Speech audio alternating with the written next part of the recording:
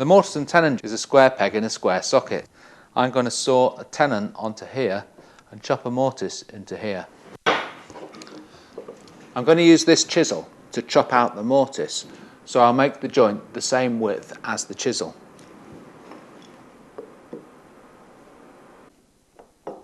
I'll mark one side of the tenon and on the end grain, and the other side. And then I'll mark one side of the mortise.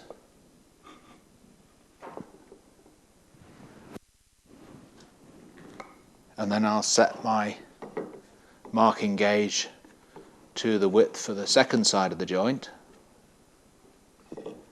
And I'll mark that on the sides of the tenon, the ends of the tenon, its far side, and on the far side of the mortise. You might have noticed I only press the marking gauge against one face of the wood each time. That way any difference in thickness of the wood doesn't affect the width of the joint. Now we need to make a shoulder line for the tenon. Put the knife in the mark, slide the square up against it, mark the wood.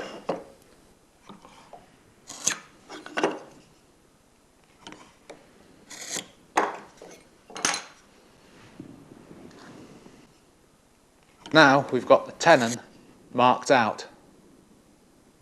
So the next stage is to clamp it in the vise. I take a small brass back saw or dovetail saw.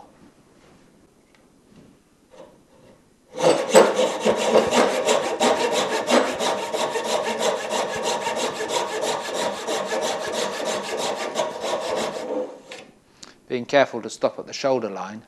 And then the same again for the other side of the tenon.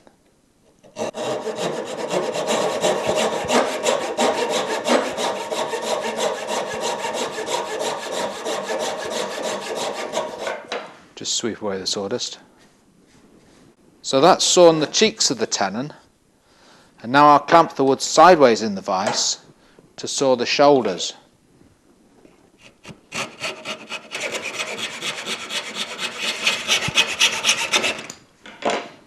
And then turn it over to cut the other shoulder.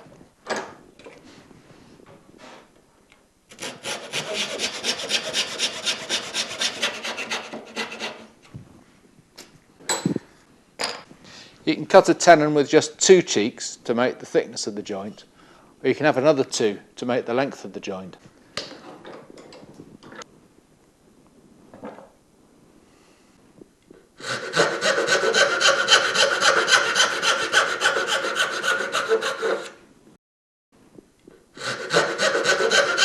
The position of these 2 cheeks doesn't matter too much.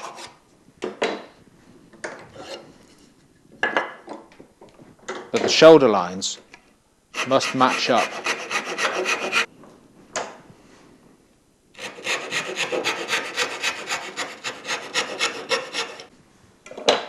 So now we've sawn the tenon, we're going to make a mortise to match.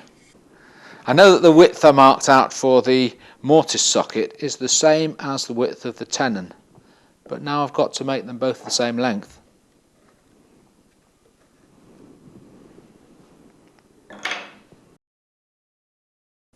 Put the knife in the mark, slide the square up against it, mark the wood. And having marked out the mortise, I'm going to clamp it firmly .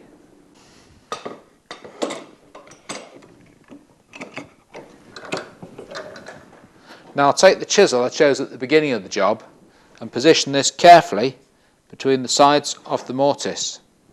The chisel has to be held vertically just behind the line, and then using a mallet I'll chop a series of chippings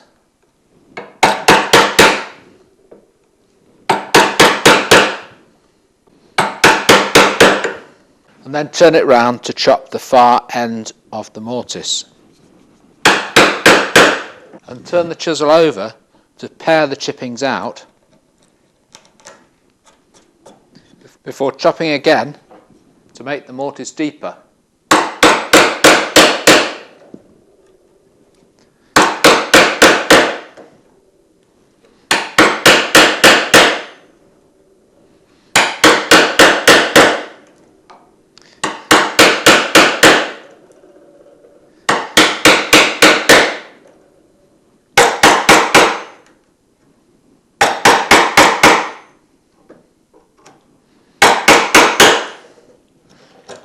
clean up the ends of the mortise and get the last few chippings out.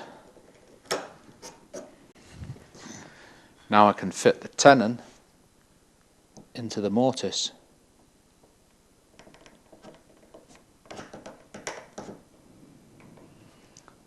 And the sides line up smoothly. Thanks for watching this video on making mortise and tenon joints.